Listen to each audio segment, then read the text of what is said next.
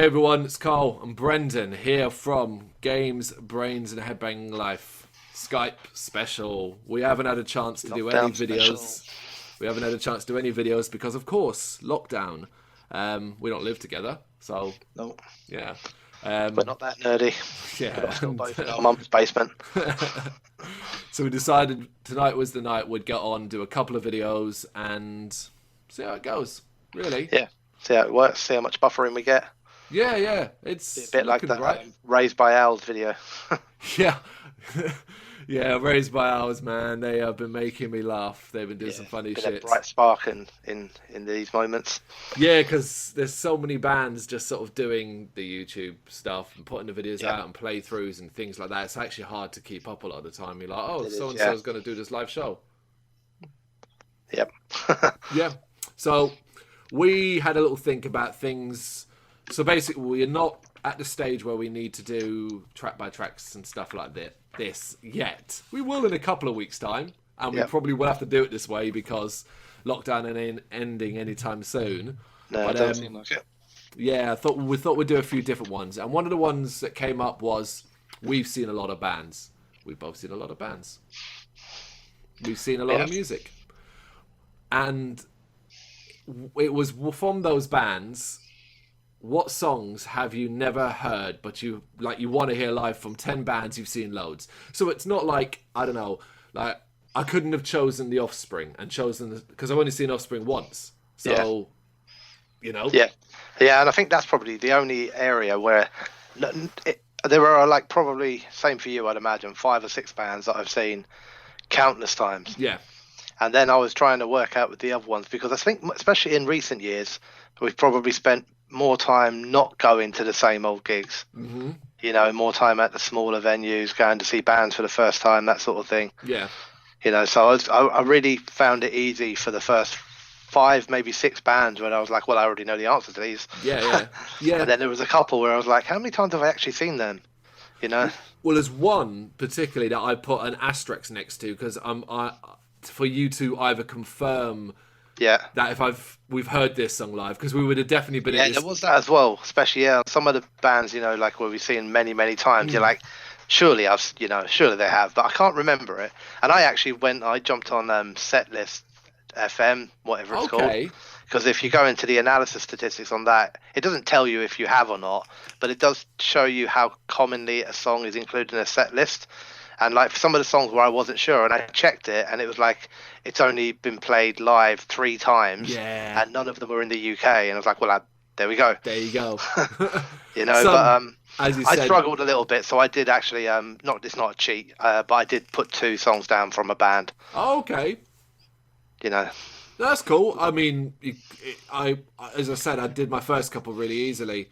yeah. So, But you know the thing with this, right? Especially these days, where I guess we spend so much time at the smaller venues and things like that, or catching bands at places like Bloodstock, where yeah. you know. But the thing with the smaller bands often is that they maybe only have an album or 2 out. Yeah. So you're like, oh well, I've definitely heard every single song they've played because they've only got that one album. Okay. I don't think I've got anyone on it who hasn't released at least 3 albums. No, I haven't either. But that's where I was kind of getting stuck. I was like, right, what gigs have I been to in the last 4 years? Yeah. And you go through the list, and you're like, well, they've only ever released 4 songs. I've definitely heard all 4 of them. You know. All right. Do you want to get started then with your first Yeah. one? Cool. So I'll start off with the big guys, Metallica, and this one could potentially be. So obviously, I've seen Metallica a fair few times. Yeah. And the song that I personally believe I have never heard live, and really, really wanted to, is "And Justice for All" the track. Oh. Now I've heard one, I've heard Blackened, I've heard most of "And Justice for All" the album, but I don't believe I've ever heard the song "And Justice for All" played live.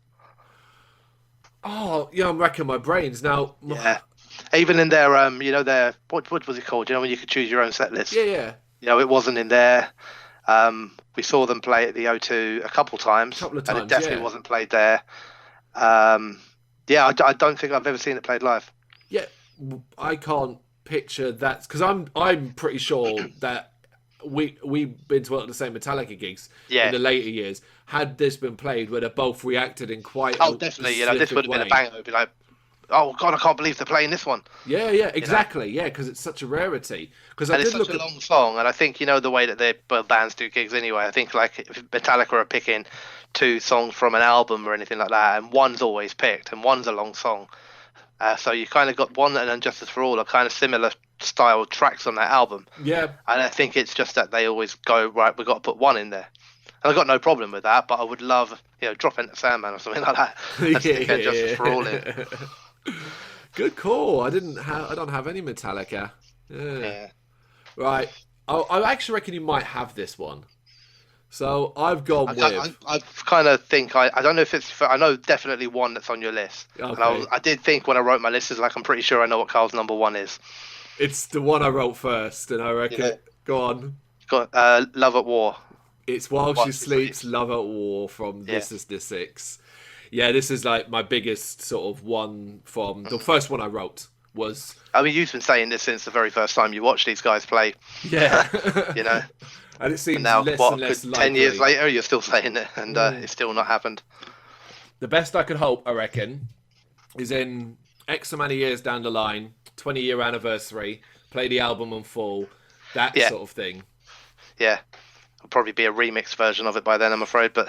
It probably would be as well, because the strain on the vocals and the piano, it's so not what they're like now, so... Nah. No, it's very different now, but it is. I mean, we both kind of agree on that one. I'll go straight into one of my ones. Then it's the same song from the same band. So, but I think we both agree it's like one of the best, say, top 2-3 songs on the album, and probably one of the top 2-3 songs of While She Sleeps' whole catalogue. Yeah. To be totally honest with you. Yeah. So it's a bit of a travesty that we've never seen it live, and it kind of sucks a little bit because, like you said, they've moved on a bit now. The vocals have had to change. Yep. And it's hard to see how we ever could have it now. Yeah, so it's like, god damn it, why didn't you play it when you could? Yeah. When you were doing that album tour and stuff. Okay, right. I got my second one then. It was the second one I wrote, and you might have this as well, because we've talked about this track, about wanting to hear it live, and it's Cradle of Filth. Ooh. Do you know it? I don't know what song you're going to go for. Off Midian. Ah, yeah, of course. Tearing the Veil from Grace. Yeah. Oh, I'm going to quickly change my Cradle of Filth one. I forgot about that song. Oh, yeah. We both. I know we both got a lot of appreciation for this quite epic orchestral, symphonic style intro, and it's my favourite Cradle of Filth song overall. I think it is anyway. And I'm 100% sure we've never seen this live. We've seen Cradle loads, and I'm sure we'd have remembered this. Definitely not seen this live. And yeah, you're right, absolutely. If I had remembered it, it would have probably been maybe even the first one on my list, actually. Okay. So you have a Cradle song. I do have a Cradle song on there because it was. I kind of went at the Cradle one from an approach of, I know I've seen Cradle a shitload live. Yeah. Let's look through their catalogue and see which song out of them I haven't heard, but I'd really like to. Okay. The problem is I stopped at album 2. I was like, oh, yeah. You caught one, yeah, okay. If I'd have carried on a bit further, I would have got to Midian and been like, But yeah, so my Cradle one actually is the song The Forest Whispers My Name. Oh. Which was probably my favourite Cradle song for... So I got into Cruelty and the Beast, like many people. And I listened back, and I really loved The Principle of Evil May Flesh. Really, really did then, and I still do now. And although it's got really good songs in it, this was actually the song that was my favourite for... fucking ages, man. Yeah. So and again, I've never heard it live. I guess Cradle quite quickly moved away from that era that they already had by the time I became a fan. Yeah. There's Cruelty and the Beast, and they were heading towards Midian, and they don't really go back that often to Funeral in Carpathia or the Principle of Evil Made Flesh live. No, you're right, and it tends to be just certain specifics, Twist Nails of Faith and stuff like that. Yeah, that's all Cruelty and the Beast, though, isn't it? You don't really see them go back before that, or not very often. You're right. I think the only time I've seen them play a couple tracks from that album was that Funny gig when they did the black metal tour. Do you remember that, when they went all hardcore for the night? Gorgoroth, yeah. Gorgoroth, and then they came out and they kind of dropped all their kind of catchy songs and went straight for the Dutch. And I think then they touched on a few of their early albums, but they still didn't play this one. I didn't even consider that one. But the thing about Cradle, the back catalogue is we probably could have filled at least half of this with just Cradle alone. Yeah. Yeah, definitely. Okay, Fear Factory then. My next one comes from Fear Oh, Factory. here we go. Have we got Wonder the what it same Fear is. Factory one? It is Resurrection from Obsolete. I'm fairly confident this will happen though. When we hit an anniversary, an important anniversary of Obsolete, similar to Manufacture, when we get to an Obsolete one. I don't know Yep. what one will be. What would it be? 20 years? So, what would be 20 years? The manufacture was 20 years, wasn't it? Yeah, so, And so it's got to be at least 3-4 years after that. So probably in yeah. 3-4 years' time, we should hit the 25 year. I don't know if they do it for that. Yeah, but I mean, that's the only no, way who I see knows it if they'll ever coming. do it again. Dino's apparently out on the hunt for a new vocalist for his new band, isn't he? I don't know if you've seen those news stories going around. I have not. Yeah, What? Dino's put out an open call looking for a vocalist for his new band, while Fear Factory are static, which is Oh. always not very promising sign, is it? No, not when you're shopping around for new people. That's Yeah. unfortunate. But yeah, But anyway, Resurrection. It's I know it's your one of your favourite Fear Factory songs. it One is of mine. absolutely, yeah. I think it's probably the perfect song from a Burton's vocals perspective. Mm, I think, and it has like a couple of moments in it, especially at the end, the last kind of stanza at the end of it, where it kind of goes into like power chords, and it's just that whole reach for the sky, yep. which I think is like not just the best of Fear Factory, but some of the best music I've ever listened to in my life. Yeah. But I don't have it on my list, Yeah. and that is purely because I thought about it for ages, and I think you're right that I've never seen it live, but I also I had a feeling that I had. So I was like, well, I'm not sure, so I'm just going to leave it off because I had another obvious one that I was like, well, this is one I'd really like to see live, and it's the same album. It's the song "Timelessness." Oh. Now, it's not going to get played live unless they're doing an anniversary tour, like you said, because it's not really that sort of song. Yeah. You know, it's more like an intro or I don't An know, outro. yeah, Yeah. something like that maybe.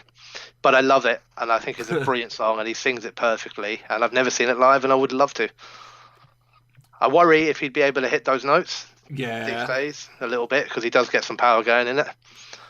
But yes, so I They could think do, an obsolete tour could basically tick off a few boxes for both of us. yeah. Because beyond that, there's not much left. I don't really want to hear all of Soul of the Machine. We can miss the remix albums. We've Yeah, done Demannufacture yeah. and As later much as I like a stuff. couple songs from it, I'm not too interested in the Digimortal Yeah. anniversary tour. I You can't. know. That very first when he comes out and says, "Can't take me apart," I think I'll just be like, yeah, I'll go and get a beer. Okay, my next one. Now, I have a hope, a dream that I might actually get to hear this Ooh. at Bloodstock. Now, I'm picture the scene. So it's Judas Priest, and it's the song "United" from British Yeah, Steel. I've heard your love of this song before. You've preached to me regularly. Yeah, I adore its lyrical content. I love how simple and catchy it is. Now, in my head, I'm thinking by the time we reach August, you know, it's been a difficult few months. Bloodstock has gone ahead because things are as normal as they can be or got back to a sensible state. And this is the sort of song that you could have everyone singing along with at Bloodstock and just a defiant message. So Except for that's me, my because I dream. don't know the words. But yeah, It's pretty easy. It's yeah. United, United, United we stand. Yeah, it's Jude. Thing is, with Priest, I Sounds could like have a done football lots. chant. Sorry. United, United. Sounds Yeah. like a football chant, doesn't it? It's just Rob Halford sings it a bit better. Yeah, I'm sure. With Priest, I could have done loads, but I'm not massively big on the back catalogue. Beyond a lot of the massive hits and a lot of the more not obscure stuff. It's more the obscure stuff I don't know. So it's like I can't. This was the sort of first Judas Priest song that I really loved. So yeah, Yeah, I've not seen it. Yeah. and I've only seen Priest once, so Oh they yeah. are not on my list. So yeah, Um, I think I counted in my head. I went back four times for Priest. yeah, that's So plenty. yeah, cool. Give him plenty of money. Mm. So I'll go for my next one then, and my next one is the one actually where I've got two, but I'll do one now and one a bit later on, and it's Machine Head, Oh, cool. who I have seen a couple times. Yep. And you think with the Evening Whivs and all that, you might be struggling for songs, but again, weirdly, because of the recent tour, I think if you'd gone back a year ago, I could have probably listed 3 or 4 songs off of Burn My Eyes Yep. that I'd never heard live, and obviously that box has been ticked. But there is an album that I don't think gets touched as much live, which is the More Things Change album. And the Okay. track that I've always wanted to hear from that is the song Violate. Ha. This song is actually, do you remember when we met Machine Head and I'd been trying to be all cool working out, so when they go, what song would you like to hear tonight? Yeah. And I was like, I'm not going to say something obvious. I'm going to go. So, and then it was Phil Demmel who asked me what I wanted to hear tonight, and I went Violate, thinking I'm so cool. And then he went, so the what from an album I didn't do. Yeah. I was like, oh, damn it. I didn't think about that. But yeah, I mean, Violate was the song I fell in love with on this album. There's loads of good songs on it, like Take My Scars and 10 Ton Hammer, Yeah. and, all the kind of faster blasting tracks. And Violate at the end of it was a bit of a surprise for me from a Machine Head sort of thing. It's a little bit I'm Your God Now, but it's kind of longer, and I think it's quite like quite similar, not in sound but in structure, to how they went when they hit things like Halo, where it's the heavy slowed down kind of verses with loads of groove, and then it kind of changes to melody, and then comes back in really fast. So it's not my favorite Machine Head song, because that changes regularly, but it's the song I probably classed as my favorite Machine Head song, on and off the most regularly, weirdly. And I've never heard it live, but I do think I might. I think you will eventually as well, based upon the odds. I mean, at this stage as well, when you look at your Machine Head thing, the number of songs, it's now not so much a bucket list of Machine Head, it's now what haven't they played that you haven't heard because of the evening with. But the thing is, you're also, in theory, only a year or two away from it being the whatever it is, the 30th anniversary of the More Things Change album, I guess, isn't it? Do you think they'll do anything? I don't know. I mean, probably not. Yeah, because they bummed this Burn My Eyes one. They are bumming it. I guess at some point they have to stop doing stuff like this and do actual releases again. Yeah. They could probably get away with it on this one, except for the fact that they could. I'm not sure Dave McClain will come back on drums straight away for it already. 2 years out of the band, and he's like, Dave's back in the band. Yeah. And then, after this, they've got to start getting on to people like fucking Aru Luster and all that, isn't they? Yeah. So I guess there's a point where, reunion doesn't work, and maybe Burn My Eyes is probably special because it's your debut. Yep. So yeah, I don't think they do anything like what they've done here. But if they're about and they're touring, I can't see why they wouldn't, maybe just as the actual current band, with Vogue and everyone in it, go out and do the More Things Change anniversary tour. That'd be pretty cool. Just a normal tour, you don't have to get everybody back in the band. Just come out, bring a couple other bands with you, and just do your hour and 10 minutes of More Things Change track back to back, and job done. Doesn't have to be an evening with, does it? Yeah, and maybe not spend 3 years doing it either. That. And they can drop the IST cover that was on the digipack, weren't it, of colours. Oh yeah, lovely. They don't have to do that. They can leave that one out. Right, I have Machine Head as well, but this is the one I mentioned at the start where I've got question marks. So I've got two. One I'm 99%. One basically what I'm like 75% sure. The other I'm 99% sure. So my first choice was A Farewell to Arms from The Blackening. Now I'm 70 odd percent sure that's never been played live. Well, we've been there. The minute you said it, my first thought was, I'm pretty sure they've played that live. Right. See, one time. I'm pretty sure. I really wasn't sure, so I decided I'd write a second one that I'm more sure they haven't played live, and it's Deafening Silence from Supercharger. Yeah. I mean, I've seen that live, but you weren't there. That was the Hella Live, Burning Red sort of session. Yeah. I'm pretty sure you weren't there for that. They've definitely not been playing that in the last 5. Oh no! I've not heard it ever since that. That was the only time I've ever heard that song live. Then that's the one I'll choose. Deafening Silence. Yeah, I mean, you might be right on the other one. It's weird with it. Like I'm kind of trying to think back at all the Machine Head shows and thinking like, I kind of got a vague recollection of being like, being excited about the fact that it was the only time I'd ever heard it. Yeah. See, that's why I struggled. But what I also did is I looked at The Blackening and went, right, I know they've done Clenching. Obviously, they've done Halo. Aesthetics. Sometimes. Do you see what I mean? Like, ignoring Aesthetics, Halo and Clenching, they're the 2 of the 3 massive tracks. And I was like, what are the likelihood of them also doing effect? But then I wasn't sure. So I figured Deafening Silence. I was going to go with the Police cover for a joke. But I don't But you don't actually want to see that live. Okay. So Right, what should I go for next? So, okay, I think I've only seen them 3 times, so I'm probably pushing it a bit. I've seen loads, but there you go. It might be 4 times, and that's Gojira next. Okay. And the song that you might correct me on this, but it could have been that I wasn't as big a fan, because the first time I saw them was I think it was Download or whatever. We went for a day. Download, yeah. Was it Download or was it Sonosphere? Oh, or something Sonosphere. Like yeah, and they were on in the daytime, weren't they? It was like kind of early evening time. And I wasn't as big a fan of Gojira back then. Yeah. I was big on L'Enfant Sauvage, but like not anything else. So I kind of hope I've remembered this correctly, but I don't think I've ever heard them play Liquid Fire. Oh, that's interesting. No, they definitely. Oh, I'm 100% certain they didn't play it at Brixton. Oh, you're never 100% certain of these things, are you? That's not true. I'm about 95% certain on any of them, but I don't remember hearing it. I'm trying to think, because like maybe the big a track from Bloodstock, that is obviously. I don't remember it. Bloodstock. No, I was looking don't. through it and I was like, we know the 3-4 songs they play from L'Enfant Sauvage every time, and I got stuck on Liquid Fire, which is one of my favourite tracks actually of theirs completely, not just on their album. And yeah, I mean, we did a track by track of them recently, didn't we? And we both kind of got to that song. We're like, damn, you forget how fucking good this song is. Yeah. And I just think it would have been another track, like we said with Metallica's and Justice for All, where if they'd played that, I'd remember it. Do you know why I'm almost certain it definitely didn't play at Sonosphere? Because I think that was before L'Enfant Sauvage came out. It must have been pretty close. I don't know. It's hard to remember really, because before L'Enfant Sauvage, I genuinely couldn't have given a monkeys about Gojira. Right. But I do remember being like, oh, cool, I can go and check Gojira out. And I don't think I would have been bothered about them if it hadn't been out by then. Just going to remind myself when it came out.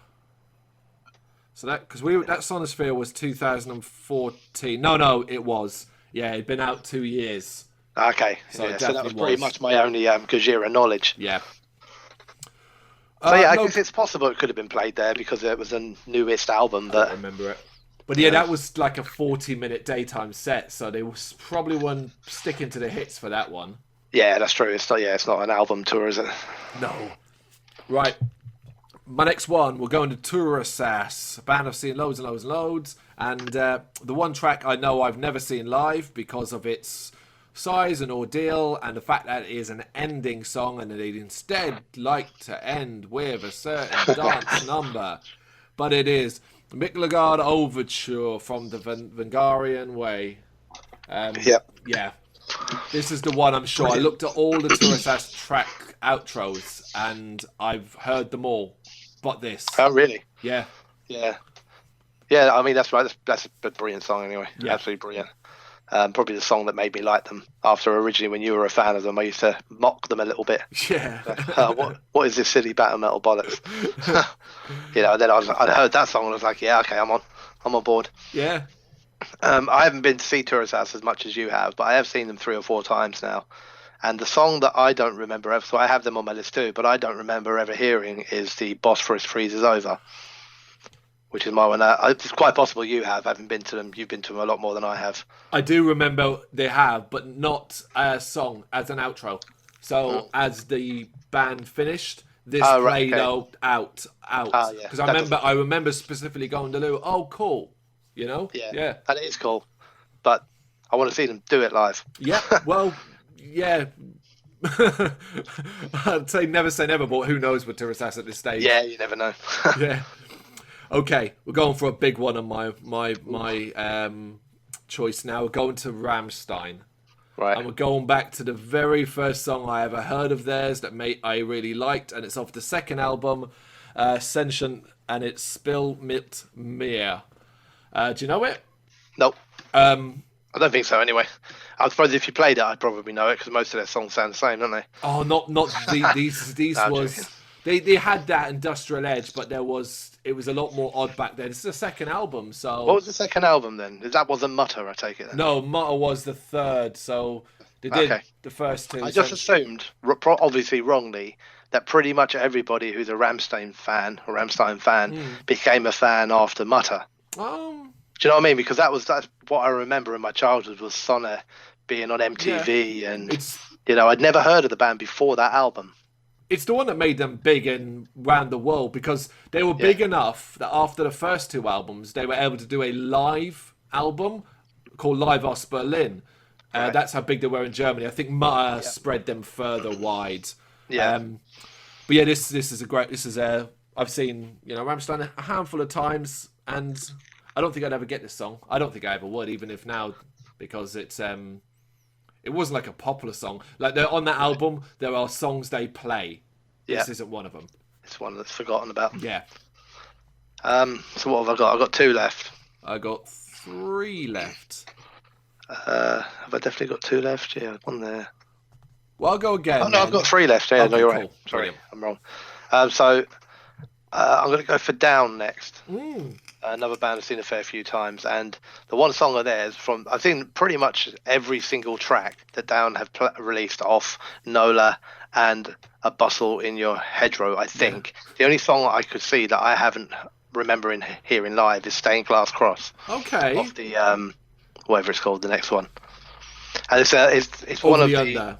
Yeah, that's it. Yeah, and it's not an album I'm a massive fan of, but it is a song on that album that I'm a massive fan of. Yeah. And I don't remember ever seeing that played live. I definitely couldn't pull it out of the air. Nah. And I've seen them. And I'd love to. It's a great song. Yeah. Lester and Jake. You a fan? You already know the answer to that. Yeah. So I've seen Less Than Jake. I don't even know who Jake is. Who's less than? I've seen Less Than Jake loads, and weirdly enough, it's a modern song, actually off their last EP, which was Sound the Alarm. It was an EP, and on it is a song called Years of Living Dangerously, and to me it's probably the catchiest, best song they've done since their heyday. So yeah, that's the one. Bit cheating because it's a modern song, but yeah. I assume the heyday was in the 90s. No, they hit in with the Outcrowd in the 2000s. All right. Yeah. Okay, so this is probably the one most likely that you're going to say, oh no, they definitely played that, and I was there. But Children of Bodom, or May They Rest in Peace, or whatever, or In Pieces. Yeah. And the track Bastards of Bodom. Now, although we did a track by track of the album recently, and it's weird. I guess if we hadn't done that track by track, I probably wouldn't care so much about this song. It was only off the back of re-listening to it, and I was like, oh, this is one of my favourite songs on the album. And I'll probably listen to it, like, not daily, but regularly since then. And then, when this list came up, I was like, oh, yeah, I don't think I've ever heard that one live. I've heard all the kind of big hitters from the album, but pretty sure I've not heard this one live. Yeah, I'm not sure. It's quite difficult with Bodom songs as well, I find, because there's lots of things like Of Bodom or something like that, you know. Yeah. I couldn't put my finger on and say definitely seen that. No. Yeah. And I probably will, but maybe not with the original Bodom lineup, I guess. It'd be really interesting in regards to when this new Bodom comes out, how they're playing the music and stuff. Devil Driver. So again, band I've seen a fair few times, but the one song of theirs that I've not seen live is I've Been Sober from Pray for Villains, which is such a fucking banger. Yeah, great song. For ages, actually, it's weird. For ages, it was These Fighting Words that I hadn't heard. And then they played that live. I think they played it at the Electric Ballroom show that we were at. But I've Been Sober. No, not heard it. I'd love to hear that. Yeah, it's a great song. It has got some shit lyrics in it. Wow. It's one of those songs where when you're singing it and you're like, I said, no way. Pack your bags and hit the highway. And you can kind of go into their country stuff with it. But yeah, it's a banging song. Yeah. It's probably my favourite intro kind of of Devil Driver songs. I love the way it builds in. Yeah. It's brilliant. Okay, so this is my last one now, is it? Yeah. Yeah, it is. Okay, so this is back for the second song of a band, and the band is Machine Head. Okay. Because I don't talk about anything other than Machine Head. And it's a newer song, and it's Heavy Lies the Crown. And this is one that I had when we did our set lists of them. I had in there, even though I think I had it as the intro song because I couldn't find any other way to make it work. So it's really going to be. it's one of those ones where I wonder if I will ever see this one.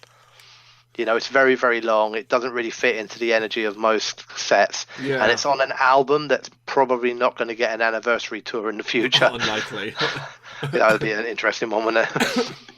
But yeah, it's actually probably musically the best song on the album. But it's not my favourite because probably Bastards and that songs like that are better, that I enjoy better. But I think Heavy Lies the Crown is very, very dark and heavy and doesn't actually get like the respect it deserves, because it's just surrounded by some crap songs. There is this with Catharsis in that it's going to be later in time, going to follow the similar trend to Supercharge it, in that there will literally be a select couple of songs that are played live, and it won't be that. No, it won't.